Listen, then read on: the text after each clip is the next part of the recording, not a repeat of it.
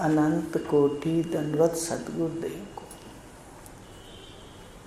कल अपना विषय चल रहा था कि सत्ता तीन है और उनकी परिभाषा बताई थी। परमात्मा परमार्थिक सत्य, ईश्वर व्यवहारिक सत्य और जीव की सृष्टि प्रातिभाषिक सत्य। तो हर सत्ता का व्यवहार अपने तक सीमित होता है।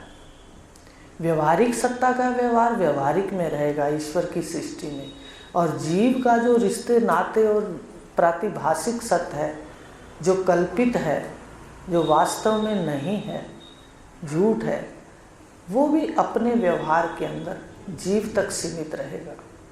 अलग अलग हैं इसके भाग।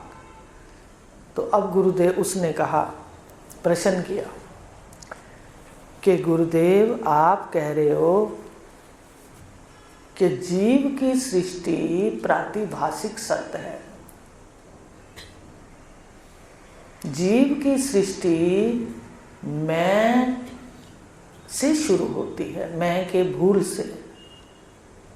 मैं शरीर हूँ, यहाँ से जीव की सृष्टि प्रातिभाषिक सत्य शुरू होता है। केवल भास मात्र है नहीं, कुछ वाणी का विलास है। वाणी का विलास समझते हो? वाणी का विलास सिर्फ वाणी तक है ये जो जीव बोल रहा है। तो आपने कहा कि जीव की सृष्टि को बाध करने के लिए या मिथ्या सिद्ध करने के लिए मैं के ज्ञान की आवश्यकता है, ब्रह्म के ज्ञान की आवश्यकता नहीं है। सिर्फ मैं के ज्ञान प्राप्त कर लो, अधिष्ठान का ज्ञान प्राप्त कर लो, तो प्रातिभाषिक सत्य की निवृत्ति होती है, आपने कहा है। फिर दूसरी ये बात कही कि जो व्यवहारिक सत्य ईश्वर की सृष्टि है, उसका बाद ब्रह्म के ज्ञान से होता है। ध्यान देना, ईश्वर की सृष्टि का बाद आपने कहा है, अभी बताया है कि ईश्वर की सृष्टि का बाद ब्रह्म ज्ञान से होता है। और जीव की सृष्टि जो मैं से अध्यास से शुरू होती है और जीव की मन में बसी है, मनोमयी कल्पनाएं हैं, ये जीव की सृष्टि का बाद मैं के जो मैं है इसके अधिष्ठान के ज्ञान से होती है। भाई जीव की सृष्टि की निवृत्ति तो मैं के ज्ञान से होती है और ईश्वर की सृष्टि की निवृत्ति ब्रह्म के ज्ञान से होती है। और फिर आप ये भी कहते हो कि दोनों सृष्टियां मिथ्या हैं। ईश्वर की सृष्टि भी मिथ्या है और जीव की सृष्टि भी मिथ्या है। जब दोनों सृष्टियां मिथ्या हैं और आप ये भी कहते हो कि जब विचार काल में, जब ईश्वर की सृष्टि का, परमात्मा का विचार करेंगे, तो विचार काल में ईश्वर की सृष्टि भी रूप जो है वो सत्ता से भिन्न है नहीं। जैसे रूप मटका मिट्टी से भिन्न कुछ है ही नहीं, कोई दूसरा है ही नहीं। मटका मिट्टी रूप ही है। मटका अलग बोलने के लिए वाणी मात्र है, केवल वाणी का विलास है। मटका कोई चीज़ नहीं है। कहा जाए कि भाई मिट्टी तुम घर ले जाओ और मटका हमें दे दो, तो ये संभव नहीं है कि है ही नहीं मटका मिट्टी से भिन्न कुछ। कल्पना है और वाणी का विलास है। हमने कल्पना की है ना कि एक चीज़ का नाम मटका है। मटका कोई कहा तो नहीं कि भाई ऐसा होता है वो मटका है, तो जीव ने इस बात को रचा। तो आप कहते हो दोनों सृष्टियां मिथ्या हैं और बाद में व्यवहारिक भी प्रातिभाषिक में मिल जाती है। इसका भी अपना कोई रूप नहीं है। 84 लाख योनियों का, मटकों का, घट का, जो ये मटके हैं घट है। तो फिर ये कैसे भेद है कि एक का तो ब्रह्म ज्ञान से निवृत्ति हो और एक की मैं के ज्ञान से? भाई दोनों मिथ्या है तो बात अलग हो जाए ना, फिर एक से निवृत्ति हो जाए। ये दो भेद क्यों है? किसी से तो आप कहते हो कि भाई ब्रह्म के ज्ञान से इसकी निवृत्ति होगी, और एक की निवृत्ति आप कहते हो अधिष्ठान के ज्ञान से होगी। तो गुरुदेव कहते हैं भाई जो जीव की सृष्टि है, ये तो सारी सृष्टि में बहुत सारे अधिष्ठान हैं। सारी सृष्टि में ये 84 लाख योनियां हैं, पंचभूत हैं, आकाश, वायु, अग्नि, जल, पृथ्वी। पृथ्वी से उद्भिज खानी है, पृथ्वी की उद्भिज खानी, और जल की स्वेदज खानी, अग्नि की अंडज खानी, और वायु की जरायुज खानी। आकाश तत्व विशेष है, उसको पिंडज भी कहते हैं, जरायुज भी। चारों खानियां हो गई। तो जो चारों खानियां हैं, इनका अलग अलग अधिष्ठान है, अलग अलग मैं है, यूं कह दो सादे शब्द है, अलग अलग मैं। तुलसी का ज्ञान होगा तो हमारे को तुलसी के अज्ञान को मिटाना है, तो तुलसी का क्या करना पड़ेगा? ज्ञान प्राप्त करना पड़ेगा कि भाई ये ऐसी है, ऐसी है, ऐसी है, अच्छी है, ये तुलसी है। तो एक अधिष्ठान के ज्ञान से एक ही वस्तु का ज्ञान होगा, उसका ज्ञान निवृत्त होगा। मान लो आपने देखा मनुष्य, तो मनुष्य का ज्ञान प्राप्त करोगे मैं का, कि भाई ये मैं आत्मा है, और ये जितना भी हमने कल्पा है ये सारा झूठ है। मैं का ज्ञान प्राप्त करने चलेंगे तो शरीर को अलग देखेंगे और मैं को अलग, लेकिन मैं को फिर हम देखेंगे कि मैं जो है इसका वास्तविक स्वरूप क्या है। बात समझ आ रही है? पहले तो मैं और शरीर को अलग करेंगे, तो मैं शरीर का क्या है? अधिष्ठान। तो इस मैं का ज्ञान होगा, शरीर का पता चलेगा कि ये मुर्दा है, ये मकान है, ये रथ है, कुछ भी कह दो, ये जड़ है, मटका है। तो इसका ज्ञान हमारे को जब होगा जब हम मैं का ज्ञान प्राप्त करेंगे। कौन सी मैं का? कौन सी मैं का ज्ञान प्राप्त करेंगे? कहते जो एक शरीर में दायरे वाली है, बंद बैठी है, एक शरीर में बंद है ये मैं। इसका ज्ञान प्राप्त करने से ब्रह्म का ज्ञान नहीं प्राप्त होता, मनन करके आना कल। सिर्फ मैं का ज्ञान प्राप्त करेंगे, आत्मा हूँ, सच्चिदानंद हूँ, तो शरीर का जड़ होने का ज्ञान हो जाएगा। पर जरूरी नहीं कि हम मैं का ज्ञान प्राप्त करें और मैं ब्रह्म स्वरूप है, ऐसा ज्ञान अपने को जल्दी से हो जाए। मैं आत्मा है, ये ज्ञान तो हमने बहुत सुना। योग में भी देखो, योग लगाते हैं तो शरीर अलग हो जाता है और मैं अलग। देखते हो उस वक्त भी दो हो जाते हैं, पर मैं के ज्ञान से शरीर जड़ है और ये उतर जाएगा, मैं दृष्टा हूँ, ये पता चल जाएगा। मैं मरता नहीं, मैं अमर हूँ, ये पता चल जाएगा। लेकिन मैं व्यापक हूँ, ब्रह्म स्वरूप हूँ, सृष्टि में व्याप्त हूँ, ये तो आगे का ज्ञान है, ये तो तत्वज्ञानी पुरुष देंगे। तो कहा मैं के ज्ञान से शरीर का, जीव की सृष्टि जो है उसके अधिष्ठान मैं के ज्ञान से जीव की सारी सृष्टि झूठी सिद्ध हो जाएगी। अपने को समझ आ जाएगी कि भाई जब मैं आत्मा हूँ तो शरीर के मेरे कोई संबंध नहीं है और मैं अलग हूँ, थोड़े समय का पार्ट है, तो शरीर जन्मता है, शरीर मरता है, ये ज्ञान हो जाएगा। मैं के ज्ञान प्राप्त करते ही जीव की जितनी सृष्टि है, रिश्ते नाते अच्छे बुरे, ये उतर जाएगी, निवृत्त हो जाएगी। लेकिन मैं ब्रह्म स्वरूप है, इसका ज्ञान प्राप्त करोगे तो ईश्वर की सृष्टि भी निवृत्त हो जाएगी। अब यहाँ पर मैं आत्मा हूँ और शरीर जड़ है, इसको ज्ञान प्राप्त करने से, ऐसा ज्ञान प्राप्त कर लेने से ईश्वर की सृष्टि का बाध नहीं होता। केवल किसका बाध होता है? केवल किसकी निवृत्ति होती है? हमारी सृष्टि की, जो मान के बैठे हैं, जीव की सृष्टि की। तो यही बात कहते हैं, जब दो को कर लेंगे अलग अलग, इस शरीर का अधिष्ठान और शरीर के जितनी कल्पनाएं हैं, शरीर की कल्पना है, शरीर है तो माँ है कि हवा में जीवात्मा, अब कितनी जीवात्माएं अपने आसपास चल रही हैं, इस ब्रह्मांड में है, तो कोई बोल रही है? हो सकती है हमारे जो रिश्ते हैं, नाते हैं, जो चले गए, वो इर्द गिर्द ही हों, तो क्या हम उनको माँ, बहन, मासी कह रहे हैं? तो इसी प्रकार उन्होंने कहा कि जो शरीर है, इस सारी सृष्टि का, शरीर की सृष्टि का, शरीर है तो सृष्टि है, ये तो बात समझ आ रही है ना, कि एक शरीर लिया तो जीव की सृष्टि है। तो ये शरीर के अधिष्ठान मैं का ज्ञान होने पर शरीर सहित जितनी भी कल्पना थी उस सब का बाध हो जाता है, लगता है झूठ है।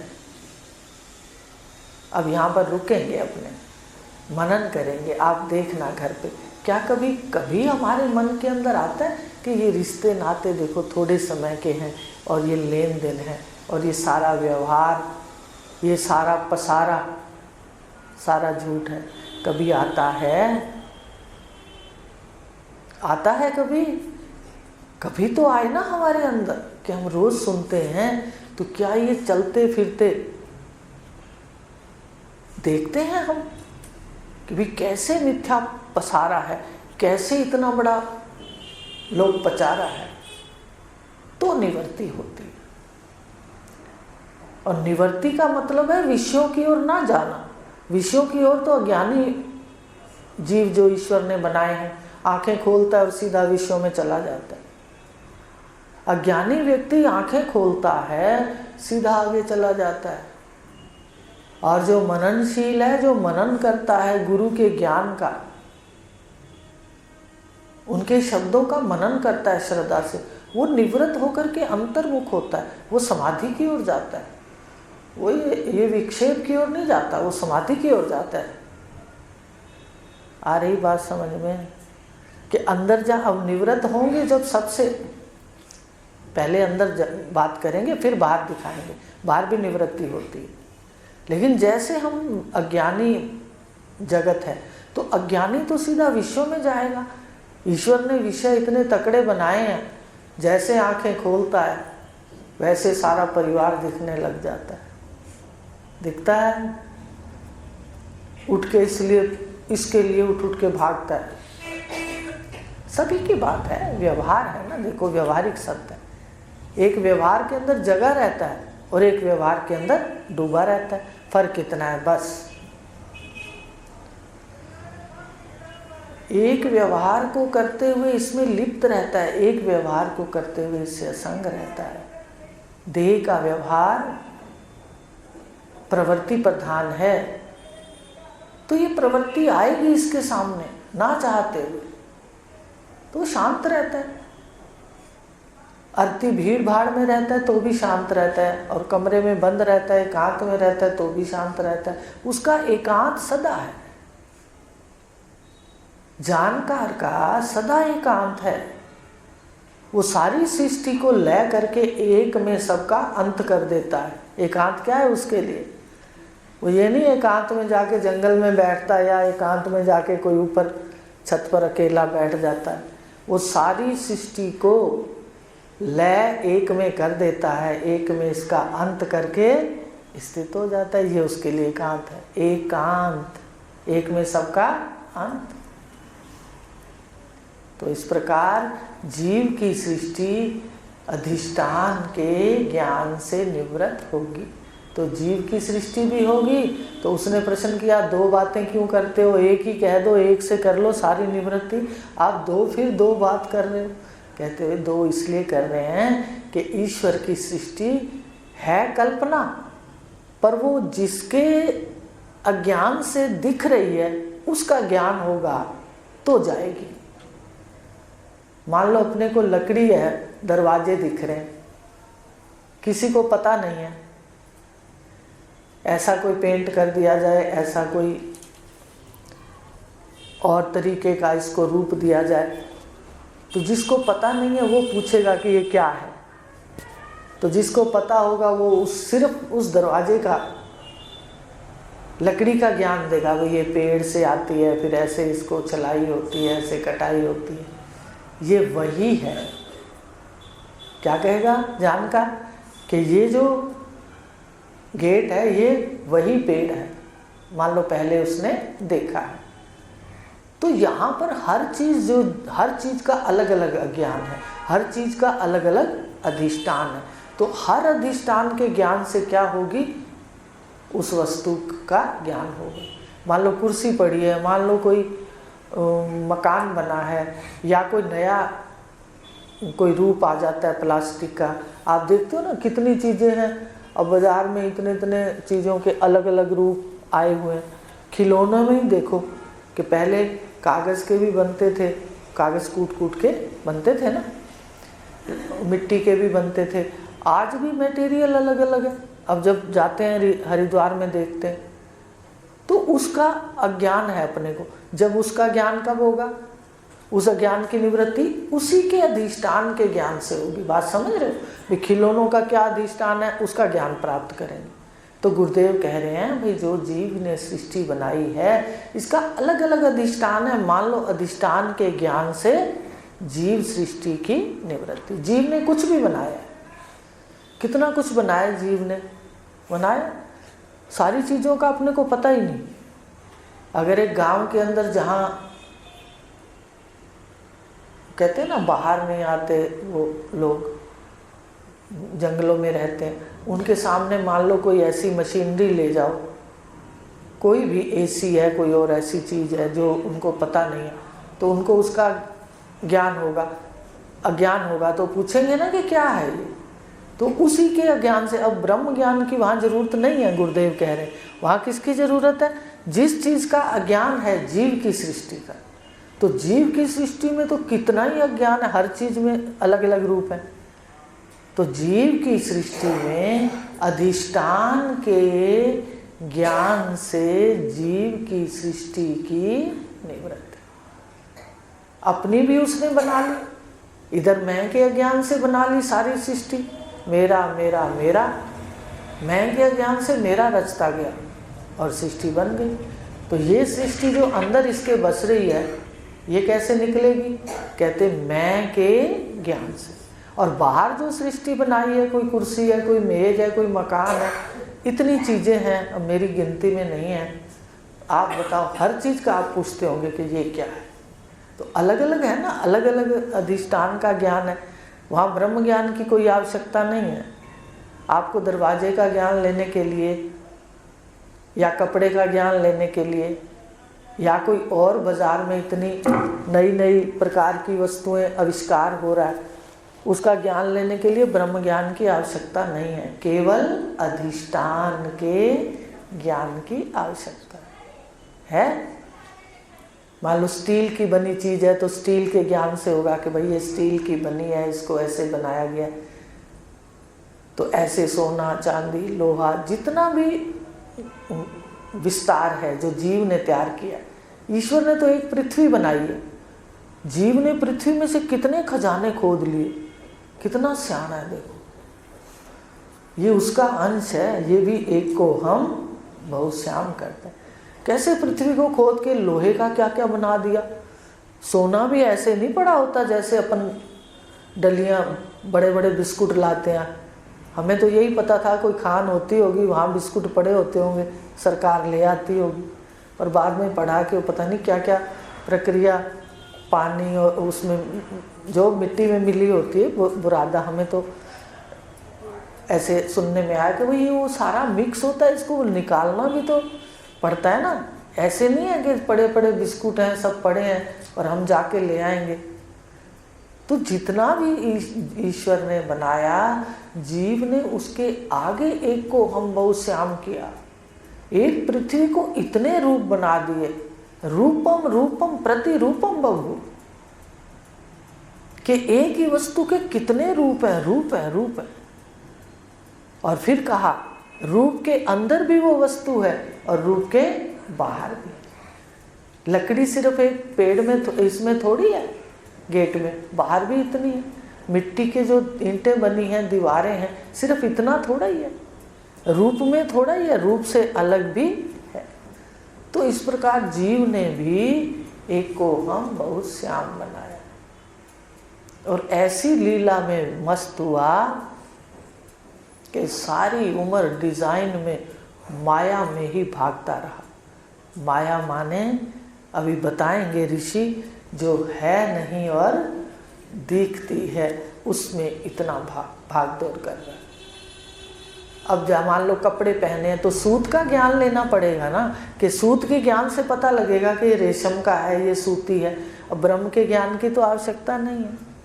लेकिन अगर हमने संसार जन्म मरण से और इस शरीर के काम क्रोध से निवृत्ति करनी है तो किसका ज्ञान लेना पड़ेगा?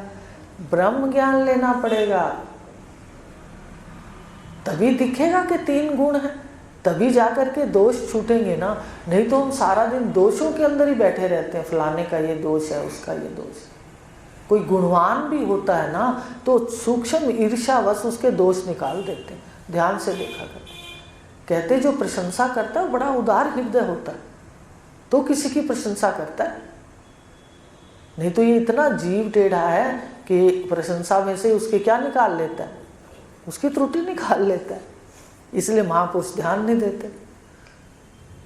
वो कहते हैं तो सारा हर किसी की अपनी बुद्धि का खेल है, हमें इधर क्यों देखना है। तो इस प्रकार गुरुदेव बता रहे हैं कि जीव की सृष्टि में अधिष्ठान का ज्ञान, उससे निवृत्ति होगी। समझ आ गई कि जीव की सृष्टि भी एको हम बहुश्याम है। इतनी चीज़ों का ब्रह्म के ज्ञान की यहाँ कोई आवश्यकता नहीं है। और जो ईश्वर ने सृष्टि बनाई है, ये शरीर और मैं किसने बनाई है? ईश्वर ने। इसका ज्ञान प्राप्त करने के लिए किसका ज्ञान प्राप्त करना पड़ेगा? इसके दुखों से छूटने के लिए। संसार किसको कहते हैं? जन्म मरण रूपी संसार। कर्ता भोक्ता से दुखी हैं, जन्म मरण से दुखी हैं। तो ये जो संसार है इसकी निवृत्ति ब्रह्म ज्ञान से होगी। अब आ गई समझ कि ईश्वर की सृष्टि, जो ये शरीर बनाए, जो उसने ये जन्म मरण बनाया, जो ये मन बुद्धि बनाए, इसके संस्कार बनाए, तो इसकी निवृत्ति, इससे छुटकारा ब्रह्म के ज्ञान से होगा। तो अब हम क्या चाहते हैं? शांति चाहते हैं तो क्या लेना पड़ेगा? ब्रह्म ज्ञान। और अगर जन्म मरण से मुक्ति चाहते हैं तो क्या लेना पड़ेगा? ब्रह्म ज्ञान। कर्ता भोक्ता पने से छूटना चाहते हैं कि मैं ही करता हूँ, हम करता हैं ही नहीं। आप ध्यान से देखोगे तो हर किसी का कर्मों के अनुसार अपने आप हो रहा है। और फिर आप कहोगे केवल प्रारब्ध है। कहते प्रारब्ध प्रधान नहीं है, कर्म प्रधान है। आज आप कर्म करोगे, वो आज का आपका शुभ कर्म कल का प्रारब्ध है, वो थोड़े समय में आपको इसी जन्म मिलने लग जाएगा। ऐसा हमारे ऋषि कहते हैं उपनिषदों कि थोड़े समय के बाद ही मिलने लग जाता है। इसलिए आज से ही वो शुभ कर्म के संस्कार लिखे जाएं और गुरुदेव के हिसाब से दृष्टा होकर कर्मों का, जो भी कर्म आ रहे हैं उसके साक्षी हो जाएं। और फिर जब करना पड़े तो शुभ करें, हर कर्म के साक्षी हो जाए। मन में कुछ भी फूट सकता है क्योंकि जन्मों के संस्कार हैं। मन में ना चाहते हुए फूट जाता है, सामने वाले के व्यवहार से फूट जाता है, कोई देख के फूट जाता है। लेकिन आपने हाजिरी किस में भरी? मन तो पेशकार है, आप जज हो, ठीक है। अब पेशकार तो मर्जी से अर्जियां पेश करता है, तो हम साइन ना करेंगे तो कोर्ट का कानून थोड़ी बनेगा। हम साइन ही ना करें, साक्षी हो जाए, मन भले लाता रहे। तो ये ध्यान देना है कि कितना असंग होकर के हमने रहना है। ये इस विद्या में राज है। वो ये नहीं कहती तुम्हारे मन में कुछ नहीं आएगा, वो ये नहीं कहती व्यवहार तुम्हारा खत्म हो जाएगा। उल्टा जानकार का व्यवहार अल्प और सुगर हो जाएगा। वो आवश्यकता से करेगा, मोहवश नहीं करेगा। तो इस प्रकार व्यवहार की तो बात ही नहीं करनी, क्योंकि ये तो देह का अपना अपना प्रारब्ध है। निष्ठा की बात करो, मन की देखो कि कितनी निष्ठा हुई, क्या हमारे अंदर कोई परिवर्तन आया, क्या हमें दिखने लगा कि भाई ये जो जगत दिख रहा है, जीव की सृष्टि मेरी दिख रही है, ये वास्तव में नहीं, ये तो बदल रहा है। कल ये घर किसी का था, कल किसका होगा, ये सारा परिवर्तनशील है। इसलिए हम अपना अच्छा करें, हम ये भी ना सोचें कल क्या होगा, इसका क्या होगा, जो होगा अच्छा ही होगा। हम तो अपनी तरफ से अच्छा करें, हमारा हर कदम अच्छाई की ओर होना चाहिए, सदाचार होना चाहिए, मन की वृत्तियां समाहित होनी चाहिए, इंद्रियां समाहित होनी चाहिए, ये होना चाहिए हमारा जीवन। उच्छृंखल साधक का जीवन थोड़ी होता है। तो आज इससे ज़्यादा नहीं लेंगे, क्योंकि इसमें भी बहुत कुछ है। जीव की सृष्टि को बाधित करना है, अब साक्षी होना है। मन में कुछ भी आए, कहो जीव की सृष्टि, साक्षी हो जाओ बस। और ईश्वर की सृष्टि में आप देखो, जन्म मरण मेरे स्वरूप में नहीं, मैं आत्मा ब्रह्म हूँ। सारी सृष्टि त्रिगुणात्मक है, तो क्या दिखने चाहिए, कल भी बताया था, चेतन सत्ता के साथ 3 गुण दिखने चाहिए। दोष अगर अंतःकरण में दिखें तो कहो अज्ञान, अज्ञान आ गया मन के अंदर। बिल्कुल साफ सुथरी विद्या है, जब है चेतन सत्ता, हैं 3 गुण हैं, तो कल ये होमवर्क है, देख के आना कि जीव सृष्टि में भी ब्रह्म के ज्ञान की आवश्यकता नहीं, पर ईश्वर की सृष्टि को छुड़ाने के लिए ब्रह्म ज्ञान की आवश्यकता है। जीव की सृष्टि छुड़ाने के लिए अधिष्ठान के ज्ञान की आवश्यकता है। हरि ओम शांति।